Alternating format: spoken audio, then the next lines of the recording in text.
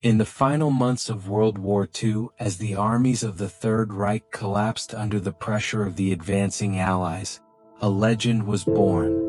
A legend forged in panic, greed, and secrecy. A legend that has survived longer than the empire that created it. The legend of the Nazi gold train, a heavily armored train said to be packed with stolen treasure, priceless art, industrial diamonds, rare metals, and more than 300 tons of gold, spirited away from the ruins of Germany in 1945, and never seen again.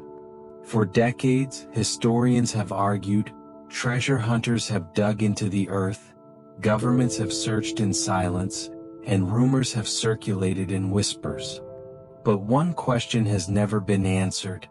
Did the Nazi gold train truly exist? And if so, where did it go? To understand the mystery, we must go back to the beginning. Back to the moment when Europe collapsed into war, and the most ambitious theft in history began.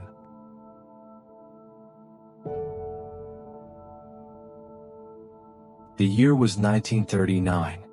Hitler's armies invaded Poland, beginning the most destructive war Europe would ever see.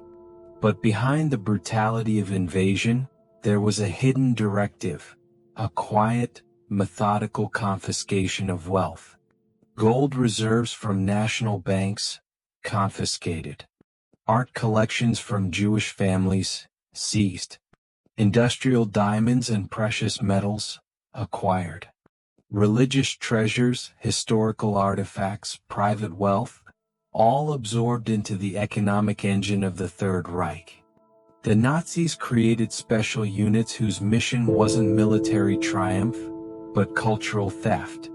They were organized, efficient, and ruthless. The most infamous of these units was called the Einsatzstab Reichsleiter Rosenberg, or ERR.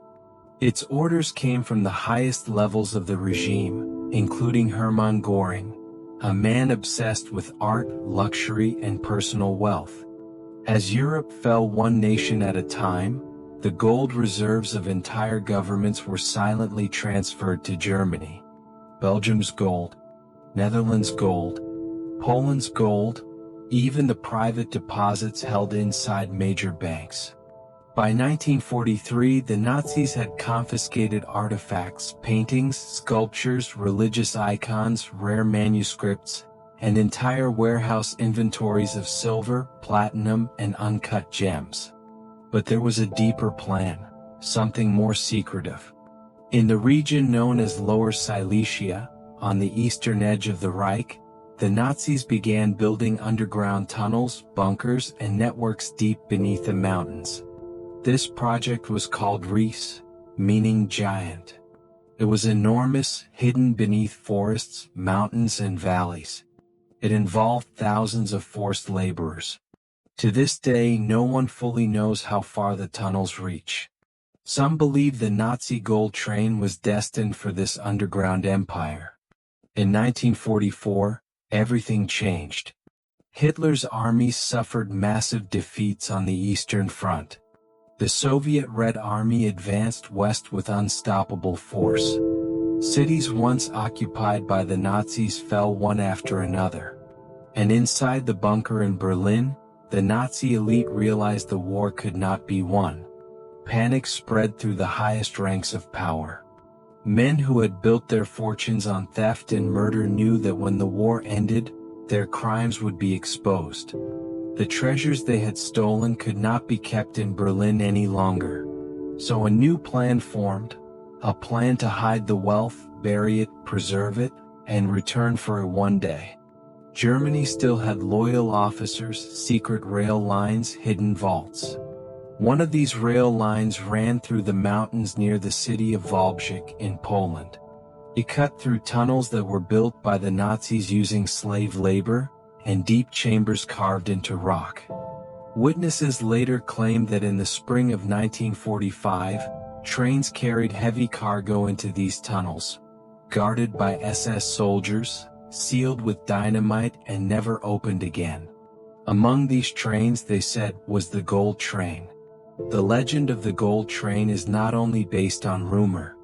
It originates from real people, witnesses who saw something extraordinary. One of the earliest accounts came from a Polish railway worker named Piotr Kwiatkowski. Years after the war, he described how he saw German soldiers loading large crates onto a train under heavy guard. He remembered the boxes because some had markings from museums, banks, and private collections. Another witness, a young woman named Maria, claimed she lived near the rail tunnel where the train was sealed. She told investigators that the noise of dynamite echoed through the valley at night, and German soldiers disappeared into the forest afterward. Yet another account came from German POWs who claimed the train had been filled days before the Red Army arrived. They described armored wagons, anti-aircraft guns mounted on its exterior, and orders given directly by high-ranking SS officers. Their descriptions match what the Nazis had done before. In 1944, they moved gold and treasure from Budapest, Vienna, and Paris using trains disguised as military transports. But what made this train different is that it never reached its destination. By April 1945, Europe was collapsing. Entire divisions surrendered. Roads were broken. Bridges were destroyed. Rail lines were bombed out. A secret transport carrying tons of gold and priceless artifacts would have been extremely vulnerable, unless it used a hidden route. Documents discovered after the war reveal that the Nazis built underground rail lines near the mountains of Lower Silesia. One tunnel was large enough to fit multiple train wagons. Another ran beneath the mountain ridge, secured by steel doors and explosives. Local stories claim the gold train entered one of these tunnels, and was sealed inside forever. If true, the train was entombed in rock, untouched since 1945. But there was another possibility. Some historians believe the train continued deeper into the Sudetes, following a military route toward a secret bunker system known as Project Reese. This network of tunnels was so vast, so hidden, that even today many chambers remain undiscovered. If the Nazi leadership wanted to hide something they hoped to retrieve, Reese was the perfect vault. After the war, rumors spread rapidly. Treasure hunters began searching the mountains. But the new Soviet-backed Polish government refused to allow excavations. The area was controlled by military authorities. Anyone caught digging could be arrested. And the Soviet Union, which now occupied the region, had its own teams searching the tunnels. There are stories, whispered stories, that Soviet engineers did find something in 1946, and removed it quietly. Some claimed they found crates filled with gold bars. Others said they discovered paintings wrapped in protective sheets, inscriptions from museums in Paris and Vienna. None of it can be verified. No photographs were ever released. No official documents were published. The Soviet archives remain sealed, or the records may have been destroyed. But the rumors of Soviet discovery never silenced the mystery. Instead, they made it stronger. For decades, the mystery of the gold train became a legend in the mountains of Poland. Locals shared the story with tourists. Underground explorers mapped the tunnels. Every year, new rumors spread about hidden chambers, sealed tunnels, buried entrances.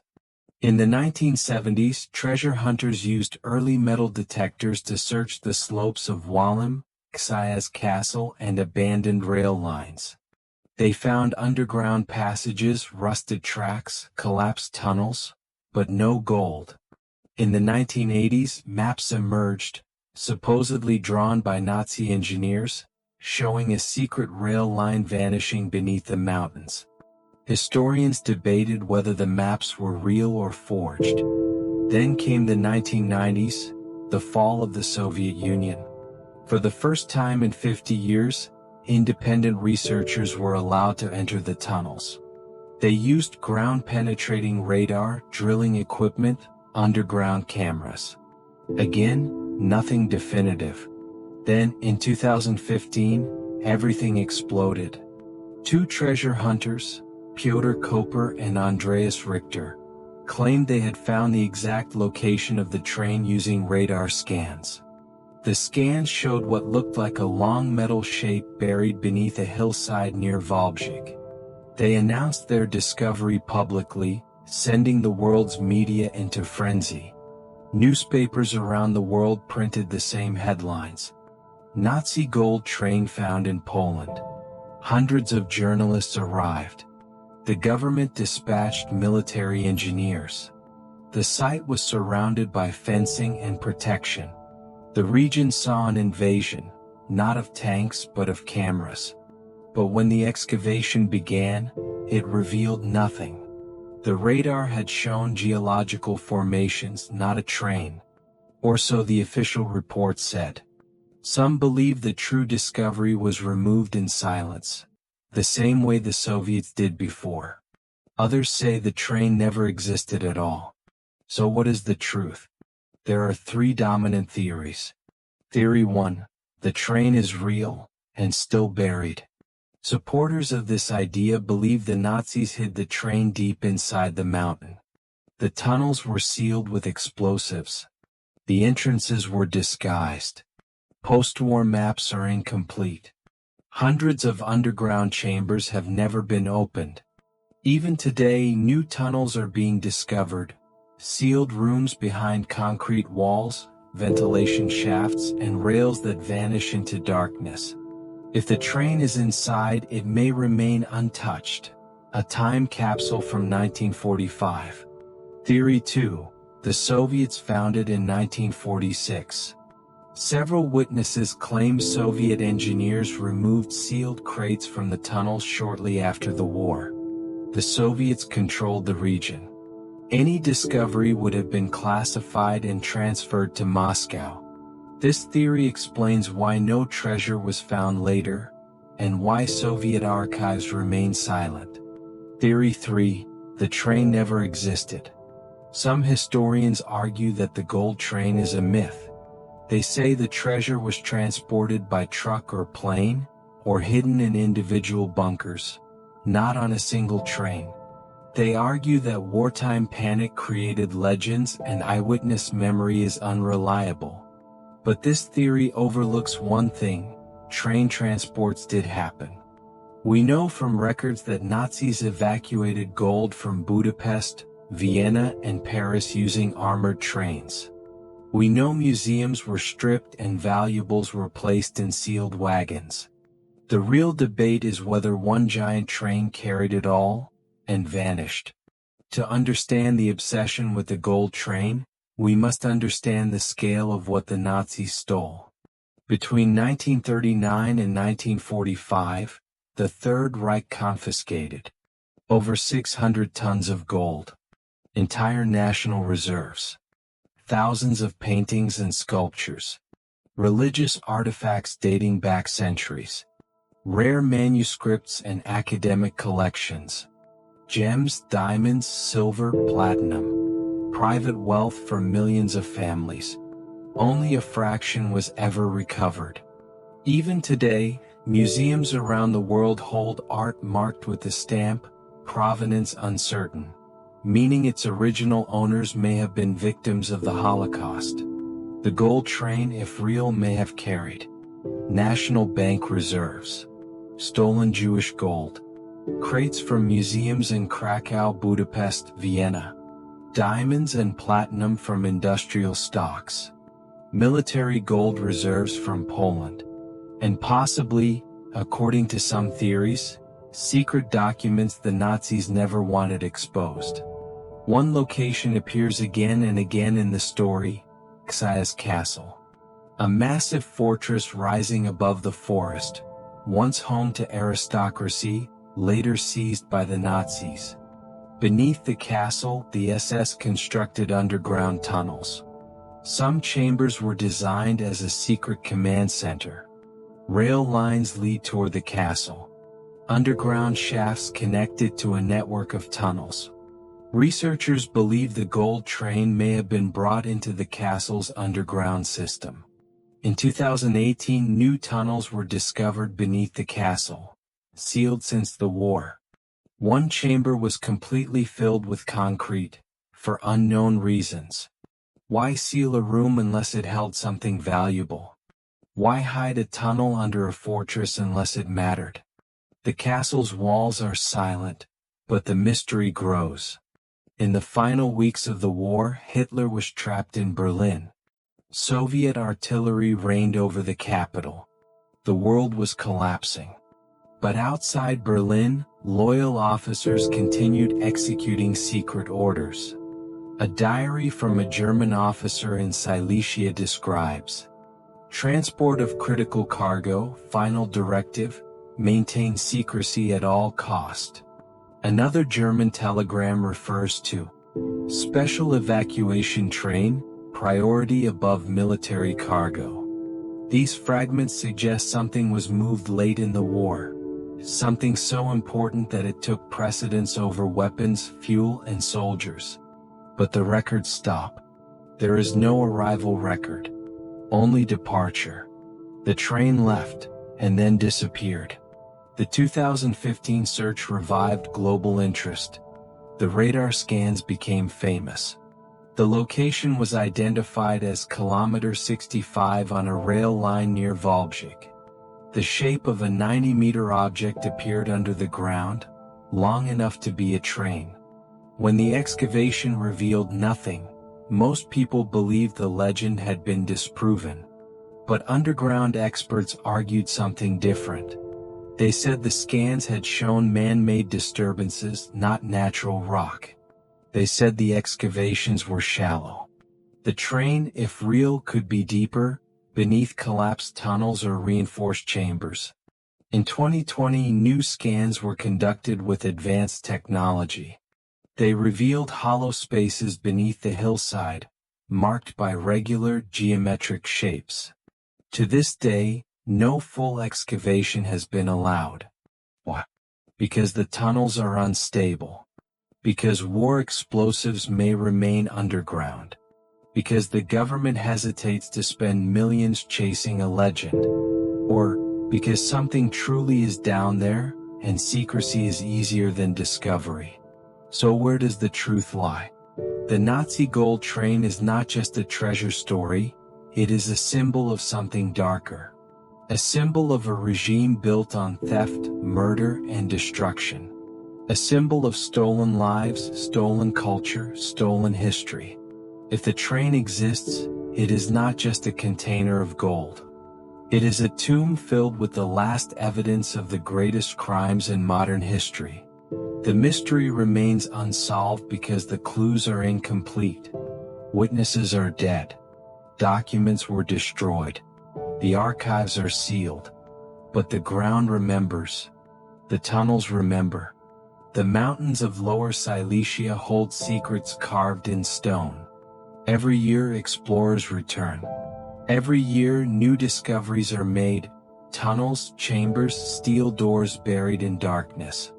And the legend continues. In the end, we are left with a question that cannot be answered. Not today, not until someone breaks through stone and silence. Did the Nazi gold train truly exist? And if so, where is it now? Somewhere beneath the mountains. In a sealed tunnel. Behind a wall of rock. Or gone forever, removed by a government that never spoke of it. The truth may one day be revealed. Or it may remain buried forever like the gold it seeks to protect. Until then, the mystery lives. The gold train is more than treasure. It is a story of power collapsing under its own greed. It is a story of crimes so immense they were hidden underground. It is a story that continues to haunt historians, treasure hunters, governments, and everyone who hears it. Some legends are born out of fantasy. But some legends are born out of truth, a truth too dark to ever be spoken aloud. The Nazi gold train may be one of them, and the mountains keep their secrets.